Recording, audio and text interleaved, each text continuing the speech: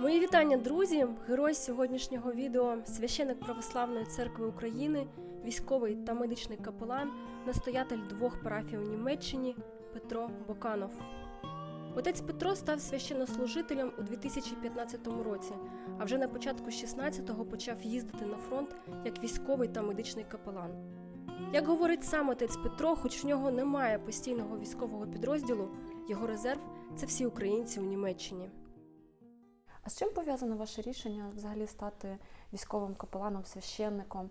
Тому що за професією ви програміст, і в 16-му році ви стали священнослужителем, так, вірно? Це так. Ну, я насправді не то, що там, я ходив до церкви, і ми шукали українську церкву, і ми тут знайшли в Кельні, це була церква Київського патріархату, і їздили навіть туди на служби. Інколи були служби у Франкфурті. Інколи. Але я мешкаю від Франкфурту також 100 кілометрів. Да? І ми якось приїхав священик з України, він вже був капеланом, він вже з 14 року опікувався правим сектором. І війна почалася, і люди почали шукати пункти, скажімо так, згуртовані, збору, хотспоти. І це церква, звісно. Один з таких, ну, дійсно важливих пунктів, але не було священників взагалі. Проблема священників в Німеччині – утримання. Для того, щоб тут служити, треба працювати. Це не так просто. І тому ми якось так от розговорилися, і дуже багато було людей, йому треба було вже повертатися додому, і він сказав, що він і наш декан тут, у нас є теж декан, отець Пауль, ну, запропонували мені, так як все рівно я вже був давно в церкві, стати священником, щоб мене висвятили. Ну, подумали, звісно, це ж не це так просто. Ну, хоча вже, скажімо так, в такому віці думати легше, тому що ти знаєш, що було вже позаду, і ти розумієш, що тебе очікує попереду. Ну, я так думав, що я розумію. Скажімо так, насправді ні. Все по-іншому склалося. Але я не шкодую за жодним днем, коли мого служіння. Мені не соромно за це. Але не про те. І все, і ми поїхали в Рівну. І там єпископ Рівненський Острозький Іларіон мене висвятив в Рівному на діякона, потім в Острозі на священика. І я уїхав одразу сюди. І все. І з того моменту почалось. Я розбудовував отут, оцю парафію, і в Манхаймі. 2 парафії з нуля ми зробили повністю. Скільки наразі у вас постійних прихожан? Зараз багато, тому що багато переселенців. Я не можу навіть сказати, тому що воно міняється всі. Різні люди приходять, різні уходять. Хтось там в таборі був, хтось переїхав на квартиру. Ну, я не знаю, на службі десь ще 50 є у нас. В середньому зараз. На Великдень у цьому храмі було більш ніж 600 чоловік. На вулиці люди стояли? На вулиці стояли. А у нас була служба в цей день в 3 містах. Ну, багато. Тобто у нас ми взагалі задіяли 9 чи 10 місць за 2 дні. Ну, я об'їздив там десь радіусом кілометрів 500. Ну, що робити? Це ж люди, наші люди без Великдня не можуть. Тим більше під час війни. Це ж надія, це ж Воскресіння, це ж перемога життя над смертю. Тому тут було 600, ми поїхали в Манхайм, там було 400. Там взагалі маленька дерев'яна церква, вона, я думав, там рухне. Азов всі ж що з кошиками, з свічками. Ну, нічого, не було ні пожежі, нічого не було. І ось так. Тобто, подивимося, що буде на Різдво. Подивимось, чекаємо. Так, ми чекаємо теж на це. Зараз зимно у нас в церкві, зараз отоплюють через економічну кризу. Але і ми, парафіяни, знають, через що це, і ми терпимо. І ми знаємо, що це остання така ситуація, коли не будуть топити. Ще впевнений, що наступного року буде перемога, і все буде гаразд, як і завжди. Розкажіть, будь ласка, як війна змінила ваше життя ще з 2014 року? Ну, наше життя змінила навіть не війна, а Майдан. Так, що по суті, в принципі, було вже предтечею війни. Тому що було ясно тим, хто вже давно стикався з проявами імперіалізму, що Росія нас в спокої не залишить. Тим більше, коли ми показали, що ми можемо бути вільними, що ми можемо бути сильними, і що ми можемо саме робити своє життя так, як ми вважаємо за вірне. Тому, звісно, Майдан переживали тут всі. Було багато демонстрацій постійних, просто майже кожен день. Тут, у Німеччині? Тут, в Німеччині, в різних містах, в 2014 році. Ну, коли вже почалася війна, це також були демонстрації і одразу пішла активна волонтерська діяльність. Тобто тим, чим ми ще займаємося, завжди займалися, тому що священик, не священик, не має значення, ми всі волонтери. Ми всі працюємо на перемогу, працювали завжди, і різними шляхами. Хтось збирає гуманітарну допомогу, хтось збирає безпосередньо допомогу для Збройних сил України, хтось підтримує медиків і парамедиків, хтось підтримує нужденних, дитячі будинки, будинки престарілих людей, хтось робить і те, і те, і те, і те, як, наприклад, ми. І це от як розпочалося в 2014 році, так воно і не кінчалося. Для багатьох українців також, тут в Європі це взагалі майже всі, війна почалася 24 лютого. Навіть для багатьох українців. Так? Вони не знали, що було 8 років, що воно там протикало, де воно було. Для нас ні. Ровно рік тому я вже був відряджений на Сході.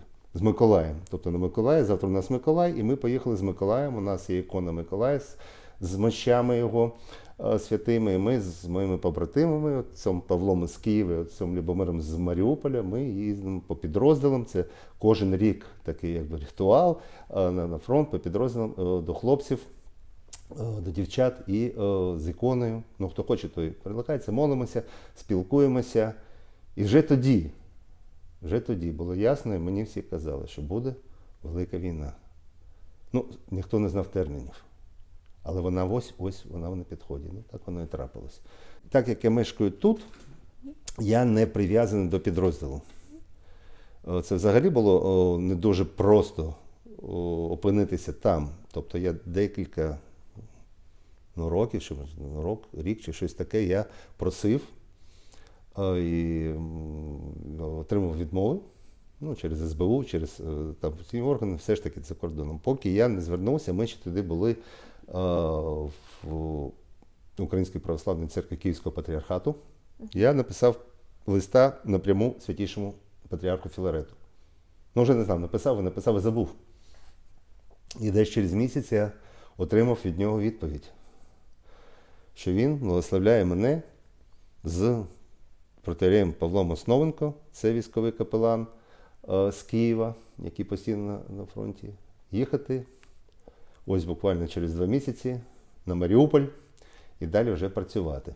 І ось таким чином я зайшов до синодального відділу військового духовенства Київського патріархату, зараз Православної церкви України. І якби я формально являюся капеланом резерву, тому що в мене нема підрозділу, але мій резерв – це вся Німеччина. І ми працюємо таким чином, як можемо, скажімо так. А розкажіть, будь ласка, більше про що саме входить в цю опіку? Ви навідуєте, сповідаєте? Звісно. Дивіться, це завжди такий дуже тонкий момент, тому що ви ж розумієте, що не всі є віруючі, не всі діючі віруючі, багато атеїстів, але у мене за всі ці роки ні тут, в лікарнях, в клініках, ні на фронті не було проблем взагалі ні з ким через це. Ми приймаємо всіх. Для нас важлива людина, перш за все. Ми є вільні, людина також вільна обирати собі релігію чи не обирати взагалі нічого, але жодного конфлікту через це в нас не було. Якщо людина потребує духовної опіки, вона її від нас отримає, від мене отримує також і сповідь, і причастя, і помолимося разом. Якщо ні, вона отримує опіку в сенсі психологічної підтримки, в сенсі підтримки матеріальної. Ми допомагаємо їм реєструватися, ми допомагаємо спілкуватися з лікарями, з державними органами. Підтримку в кулінарному сенсі також. Тобто приносимо домашню їжу. Я бачила часто дописи у вас, що якщо є можливість принести домашню смачної їжі, то ви закликаєте Так, всіх, ну хто це може. для них найперше. Тобто, звісно, вони ви тут з березня, так? Так. І слава Богу, не були в лікарнях. Особисто ні. Ну, через нехай свої Бог вас проблеми. береже, щоб ви далі так не були. Тут така специфіка в лікарнях через харчування, що зраночку дають там дуже легкий сніданок, там, не знаю, 2 скибочки хліба, щось там таке, бутербродик. І на вечерю також такий же бутербродик, але вечеря у них о 17:00. Ну, уявіть собі, здоровий Ми, українці, хлопець. до такого не звикли. Ну, якщо навіть поранений, це більшість молодих людей, чоловіків, які хочуть їсти.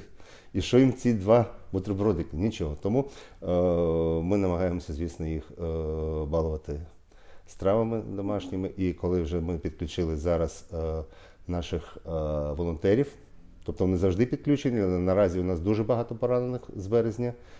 І раніше вони всі були до цього року в клініках Бундесверу, їх 4 на Німеччину, то зараз вони майже в кожному місті.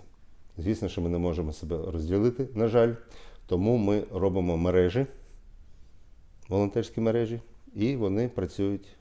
І в цих мережах є як і діаспоряни, ті, що вже багато років це роблять, так і тимчасові переселенці. І це для всіх дуже гарно насправді, тому що якщо там є і чоловік, чи батько, чи наречений, чи родич, і вона не може, чи він не може його безпосередньо опікуватися, і вони опікуються тим, хто є тут. Такі ж захисники, такі ж захисниці. Ви відчуваєте зараз таку об'єднаність, згуртованість серед українців, як ті, хто виїхали Безперечно, давно? безперечно. Є, звісно, різні бувають моменти, але в цілому це єдиний механізм, все рівно. Десь він працює більш злагоджено, десь ще ні, але тим не менше. Ще у ваших дописах у Фейсбуці я бачила, що ви закликаєте, якщо волонтери хочуть навідати якогось пораненого нашого військового, щоб вони не викладали фотографії, не публікували якісь персональні дані. З чим це пов'язано? Ну, ми маємо війну всюди. Тобто гібридна війна вона триває і тут. Тут дуже багато агентів впливу російських, дуже багато безпосередньо прямих росіян. І вони відслідковують всі дії, які пов'язані із нашими переселенцями. Я закликаю також і не тільки до поранених ставитися дуже обережно з інформацією, але коли починалися ці табори переселенців, ми також закликали дуже обережно ставитися до інформації про табори, тому що заходили туди і російська церква, і російські перекладачі, ну деякі, може, з них і були, скажімо так, толерантні, але більшість... З гарними намірами. Так, але більше все ж таки це був збір інформації, це був навіть прямий саботаж. І прямий саботаж ми також мали від деякого медичного персоналу, навіть з російськими коріннями тут. Ну, рідко, скажімо так, бо вони теж бояться загубити своє місце на роботі, але все ж таки є, там, де ж воно вже їх перепливало, бо тут дуже багато тих, хто підтримував як мінімум, зараз не знаю, який там відсоток, але все ж таки є, підтримує Кремль, підтримує оце все, що відбувається з боку росіян.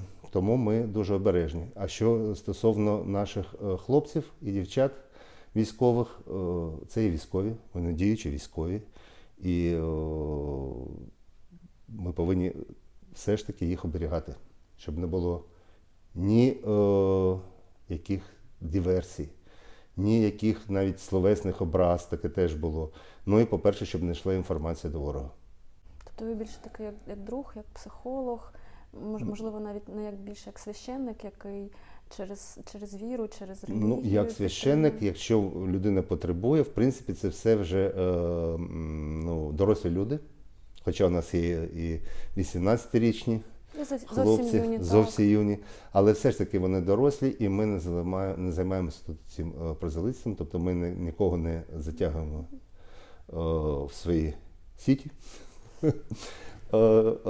Ми, якщо є потреба, людина сама каже. Я завжди питаю, тобто є потреба в духовній опіці, можемо договоритися, ми помолимося, ми захочете сповідатися, я вас причащу, помажу там, маслицем. Є хто просить, є хто взагалі не просить, каже, мені такого не треба. І це ні на що насправді не має ніякого впливу. Тобто ми працюємо далі. Так, ми дуже маємо широкий спектр дій, палітру, також і на фронті. Тобто те ж саме, в принципі, теж ця сама калька. Але там ми ще можемо бути і як медики, і як повара. Тобто ми, коли в Маріуполі, наприклад, приїжджали там до морських піхотинців, ми готували плов, борщ, самі їм давали. Тобто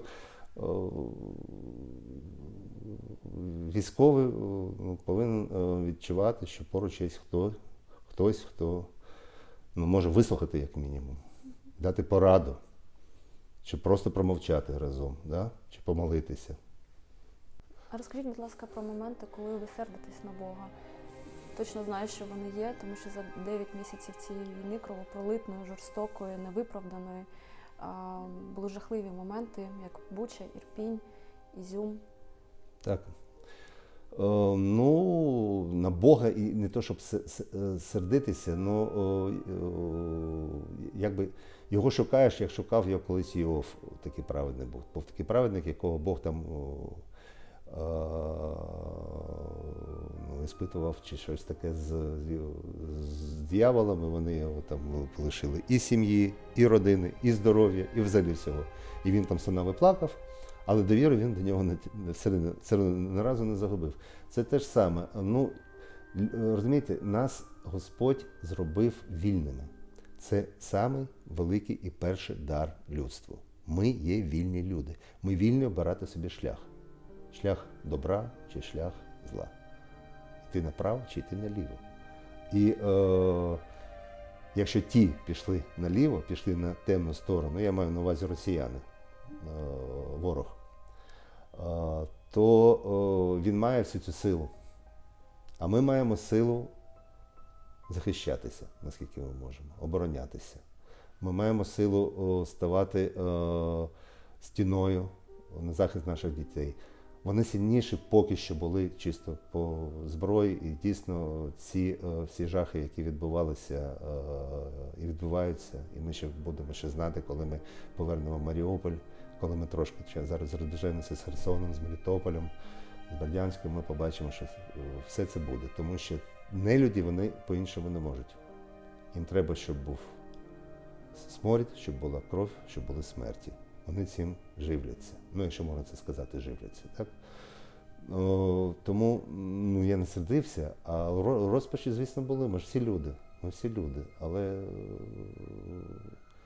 коли ти читаєш псалми, наприклад, є такі. Тобто ми живемо в біблійські часи. Якщо людина віруюча, хтось там читав Біблію, а біблійські часи – це часи без шкіри. Тобто це чисті часи, правдиві часи.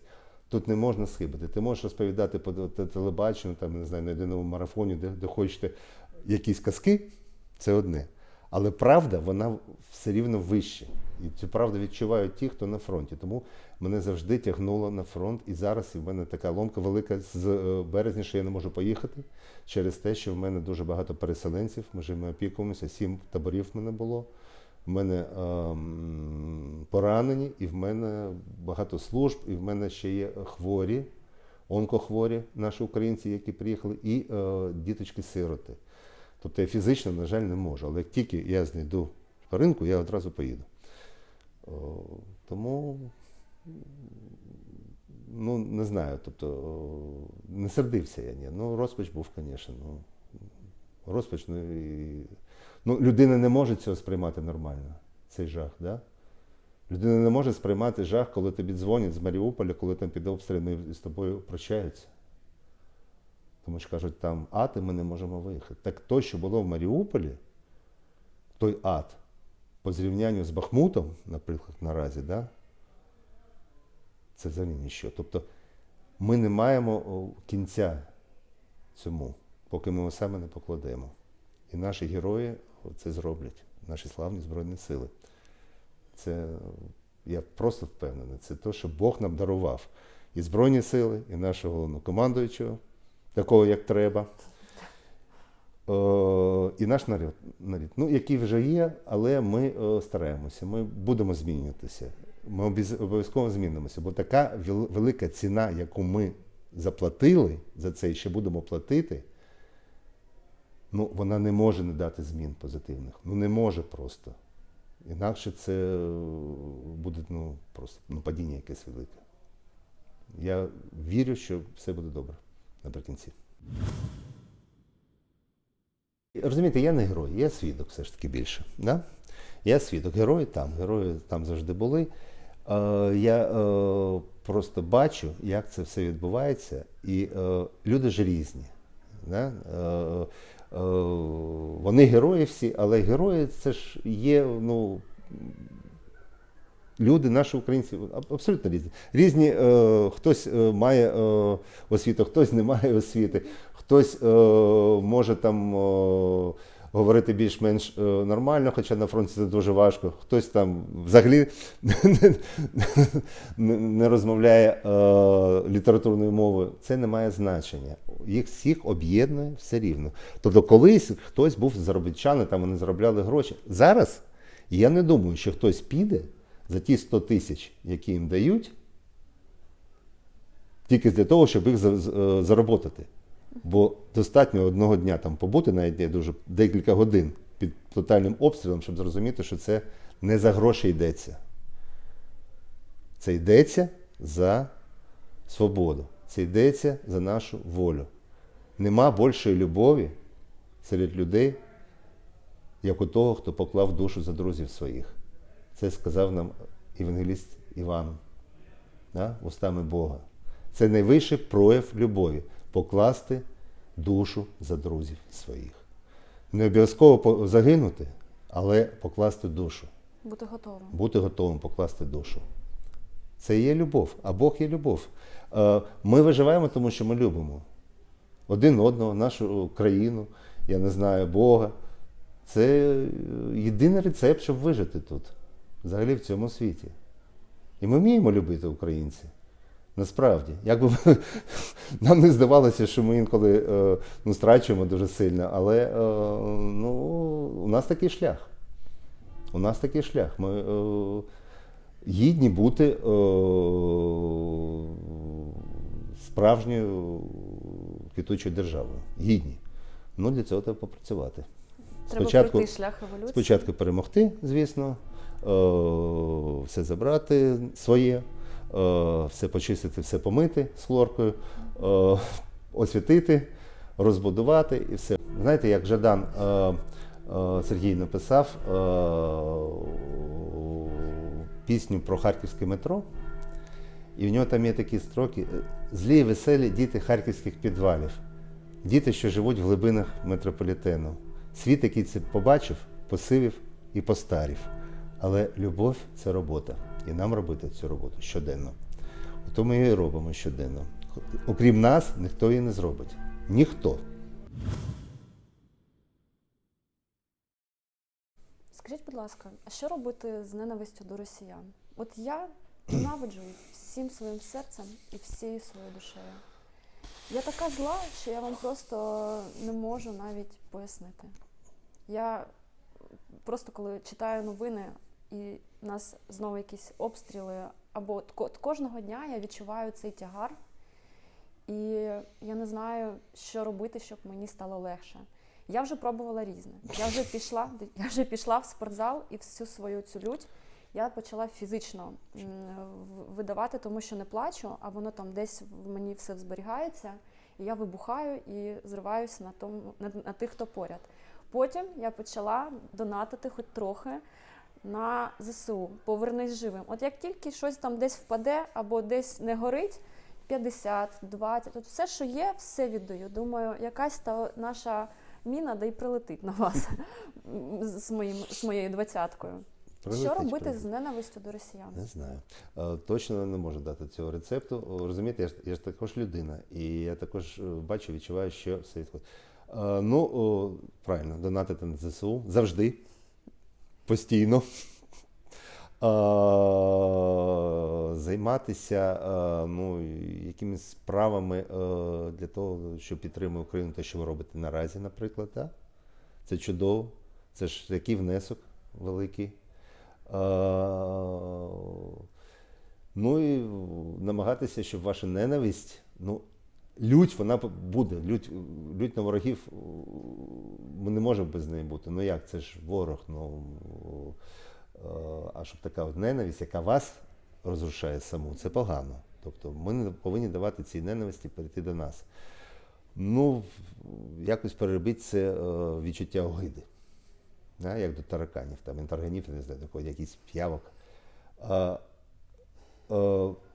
Вони дійсно огидні, в цьому сенсі. Я розумію, що ми їх наводимо за те, що вони наробили і ще нароблять. Це дуже важке питання. Я не хочу просто брехати і кривити душою. Скажіть мені, не як священник, а як проста людина. Я кажу, як проста людина. От з емоціями. От правда, я просто б їх там передушила своїми руками. Я вам серйозно важко. кажу. Я кажу, як священник, як проста людина.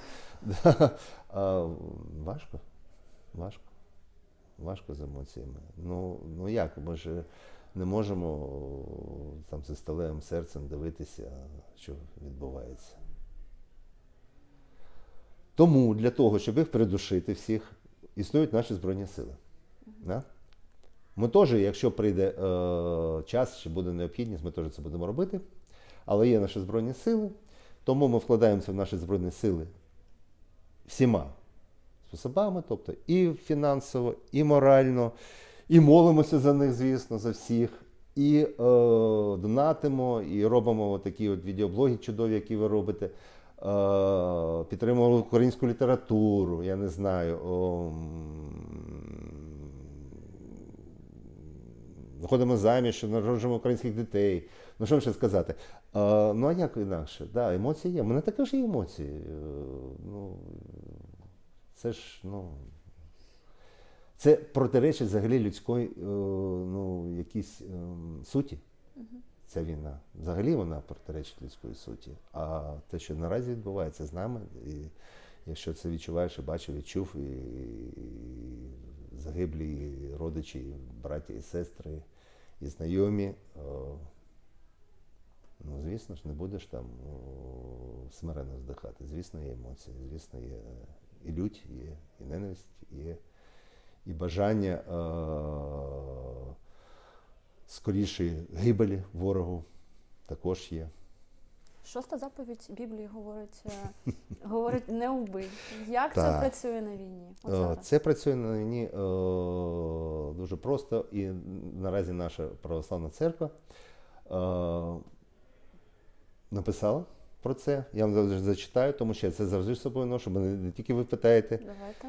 Ось дивіться, використання зброї тими, хто згідно з громадянським законом, це дуже важливо, наділений таким правом, це військовослужбовці, правоохоронці, інші особи, яких громадянський закон наділяє таким правом, не є гріхом і не суперечить заповідям Божим, вченню Священного Писання та Православної Церкви. Навпаки, захист батьківщини зі зброєю в руках, захист ближніх від агресії ворогів, від загрози насильства і смерті, від рук чужинців є громадським обов'язком та має Боже благословіння. І ще раз, ніхто більше любові не має на ту, як хто свою душу поклав би за друзів своїх. Ось так. Тобто закон, заповідь не вбій, вона, як і не вкради, не роби прилюду, вона на протизаконні дії. На дії, які не співзвучні закону Божому, закону людському. Звісно, не можна вбивати за людським законом. Тобто просто взяти і вбити. Але ми протистоїмо беззаконникам. Ми протистоїмо ті, хто пішли і проти Божого закону, як вони це люблять робити завжди на церковні свята, починати війни, наступи, обстріли, так і проти закону людського, проти загального гуманного закону, проти всіх конвенцій. Вони незаконні дії роблять. А ми робимо захист своєї батьківщини, захист своїх людей. Ми, священники, військові капелани, ми не є комбатантами. Так? Ми не можемо приймати участь в активних наступальних діях, ми не можемо навіть мати зброю. Але якщо є безпосередня загроза життю тих, ким ми опікуємося, і навіть, можливо, нашому життю, але перше за все ті, хто поруч, ми можемо примінити зброю як захист. Тобто при наразі ви б натиснули на курок? Так. Так. Ну там же як Бог розсудить. Для захисту ближнього, звісно. В Німеччині теж вважають дуже багато, що нам треба примиритися з росіянами. Ну що ви так про них там? Ну що ви там? Є ж хороші русські. Ну, ми ж не будемо розповідати. Да? Далі, що ми про це думаємо. Але ми бачимо, що нехороші русські, ті ліберали, що вони всі кінчаються на Україні. Всі. Та три питання. Чи і Крим, про війну запитати і про Сєвєрний поток? Все. Так. Три питання. Так. Ось вона каже, я теж тут чув, мені казав, ну що то Київ, здали б вже той Київ, би у нас же тут було тепло, всі вже заспокоїлися, забули. Ну ось. Угу. Я кажу, от, нічого, як прийдуть в Манхайм, здаш Манхайм. Да, Росія ж теж І все. вирішить, що Да. колись там на території Німеччини були і у них території, тому чому би Берлін знов не став частиною Російської Тому Федерації? ті, хто це пережив, ті, кого це торкнулося якимось чином, більше-менш, це країни Балтії, Польща, да? Ті розуміють, про що йдеться, яка це небезпека. Ті стоять з нами поруч. Цей ворог спільний для нас був завжди. Завжди. Це ж не то, що він сьогодні з'явився, ці росіяни. Вони ж були вже 400 років. Так і інакше. І цей прояв був і це і імперія, і Радянський Союз, і зараз оця путінська держава, чи не путінська, взагалі російська держава, тому що я не вважаю, що винен тільки Путін, да, і що вони знімають з себе колективну відповідальність. Що вона є, вона присутня, через це все і відбувається насправді. Не Путін натискає спуск ракет, не Путін гвалтує українських дітей і жінок. Це робить не Путін. Так. Вже казав сьогодні. Ми маємо свободу. Ми є вільні люди. Вільні в виборі своєму. Як ми його робимо, це вже наше, це наш поступок, це наше рішення. Ми можемо сказати так, ми будемо стріляти, ми будемо гвалтувати. Ми можемо відмовитися від цього, не робити цього. Ми можемо сказати, що ми будемо стріляти і бути пригніченими. Ми можемо сказати, що ми будемо стріляти з радістю. Це теж вони роблять. Тобто дуже багато нюансів, але завжди є вибір. Завжди є вибір. Тобто людина вільна в своєму виборі. Я не вірю, що там кажуть, о, така страна, таке це, що у них не така країна, що вони такі там такий тоталітаризм, що вони не можуть обирати. Ну, звісно. Тому тоталітаризм, що вони цього не роблять. Ось і все. Обери, не стріляй, хто тобі заважає. Здайся в полон. Я не знаю, що. Здайся в полон. Здайся в полон, збіжи там, не знаю, скрийся, що хочеш. Якщо цього нема, то цього нема. Мерзота просто. Мерзота, я згоден. Я зрозуміла, що ви собі не ставите питання, де Бог на цій війні, але розкажіть про... Не ставлю. Бог з нами. У мене немає цього питання, тому що я знаю, де він і з ким він. Бог з нами, тому що ми є на стороні світла. Ми є на стороні правди. Бог є сонце правди. Бог є світло. Де йому ще бути? Як колись в біблійські часи маленький цар Давид, маленький, стояв перед великим Голіафом. Такий, як зараз маленька Україна, географічно маленька, звісно, тільки географічно, ми менше, ніж Росія. У всьому іншому ми набагато більше. У всьому, взагалі. І він повалив цього Голіафа і відсік йому голову. Тому що Він стояв на своїй землі, тому що він був зі своїм народом, який був поруч, тому що з ним був Бог. Так і у нас буде. Ми відсішемо йому голову, і ми переможемо, і ми все повернемо. Все наше буде повернено, все розбудуємо. Буде вона квітучою перлиною Європи, як вона цього гідна насправді Україна. Ну, людям треба трішки буде підтягнутися, але таке підтягнеться. Я сподіваюся. Не уявляю себе без України, без цих міст, які мені стали рідні, без мого рідного Києва, без мого рідного Маріуполя, це друге моє рідне місто. Я бачу у вас вишивка на кофті. Так. Так, це і ми повернемо. У мене в Маріуполі і побратими залишилися, які не могли виїхати через старих батьків. Зараз вони в окупації. У мене в Маріуполі залишились хлопці з Азовсталі, наші побратими також, які я не знаю, де вони наразі, не можу сказати, немає ніякого контакту. І взагалі це місто Металодерси, це було перше місто на Сході, коли я приїхав як військовий священик. І ось крайнє місто, з якого я поїхав. Тобто 31 грудня я виїжджав з Маріуполя сюди. Ми очистимо Україну від цієї нечисті, від цих потвор, просто очистимо. Ну, для цього всі повинні працювати. Всі.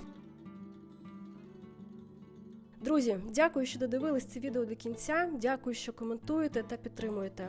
До зустрічі. Побачимось!